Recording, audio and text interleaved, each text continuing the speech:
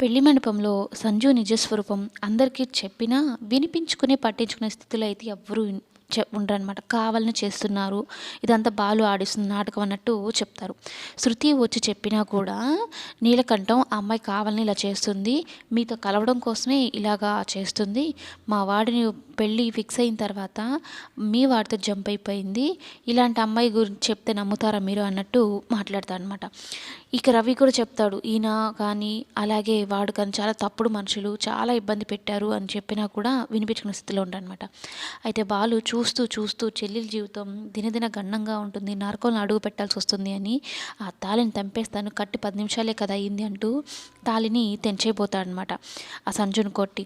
అయితే బాలుని సత్యం కొడతాడు, ఎందుకురా మృగంలాగా ప్రవర్తిస్తున్నావు, ఇంత ఆవేశం ఎందుకు, నీ చెల్లెల జీవితాన్ని నాశనం చేసేస్తావా అంటూ.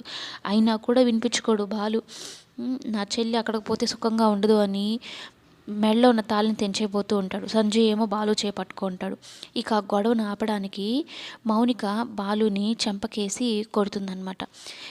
నా మెడలో ఉన్న తాళిని తెంపడానికి నీకెవరిచ్చారన్నయ్య అధికారము, నాకు పెళ్ళి అయిపోయింది, ఇంక వదిలేసేయండి, నా ఇష్ట ప్రకారం నేను ఉండాలి అన్నట్టు మాట్లాడుతుందనమాట. ఇక బాలుకి నోటి వెంట మాట రాదు, ఇంక అక్కడి నుంచి వెళ్ళిపోతుంది.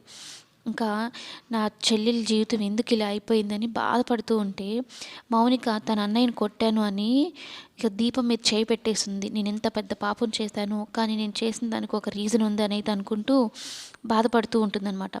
ఇక మౌనిక వెంటనే మీనా కూడా వెళ్తుంది. వెళ్ళేసరికి దీపం మీద చేయి పెట్టేసి కాల్చుకుంటూ ఉంటే, అమ్మ ఏంటి పిచ్చి పనులు, అన్నయ్యని కొట్టేశాను వదిన, ఎలా ఆపాలా గొడవ నాకు అర్థం కాలేదు, అన్నయ్య ఆవేశంలో ఒకసారి అందులో చిన్నప్పుడు కూడా జైలుకి వెళ్ళినాడు, ఆ మచ్చ అన్నయ్య మీద పడకూడదు, జీవితాంతం ఉంటుంది, అందుకని ఏం చేయాలో ఎలా చేయాలో నాకు అర్థం కాలేదు అని అయితే చెప్తే, నువ్వు ఏం పట్టించుకోక, అన్నయ్యకి నువ్వెంత ఇష్టమో తెలిసిందే కదా, నువ్వు అక్కడికి వెళ్తే ఏమైపోతావో ఏం జరుగుతుందని భయపడుతున్నాడు అంతేను, అన్నయ్యకి నేను సర్ది చెప్తానులే అంటే ఇక మీనని గట్టిగా వాటేసుకొని బాధపడుతూ ఉంటుంది మౌని.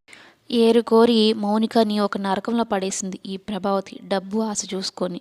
ఇప్పుడు మౌనికకి భర్త మామ ఒకరే చెడ్డవాళ్ళు, కానీ అత్తమ్మ కొంచెం మంచిదే, కనీసం సంజు అయినా మారగలిగితే మౌనిక హ్యాపీగా ఉంటుంది. ఇక మంచివాడో చెడ్డవాడో పెళ్ళైపోయింది కాబట్టి ఇక తప్పదు ఆ సంజుని భరించడం మౌనికకి.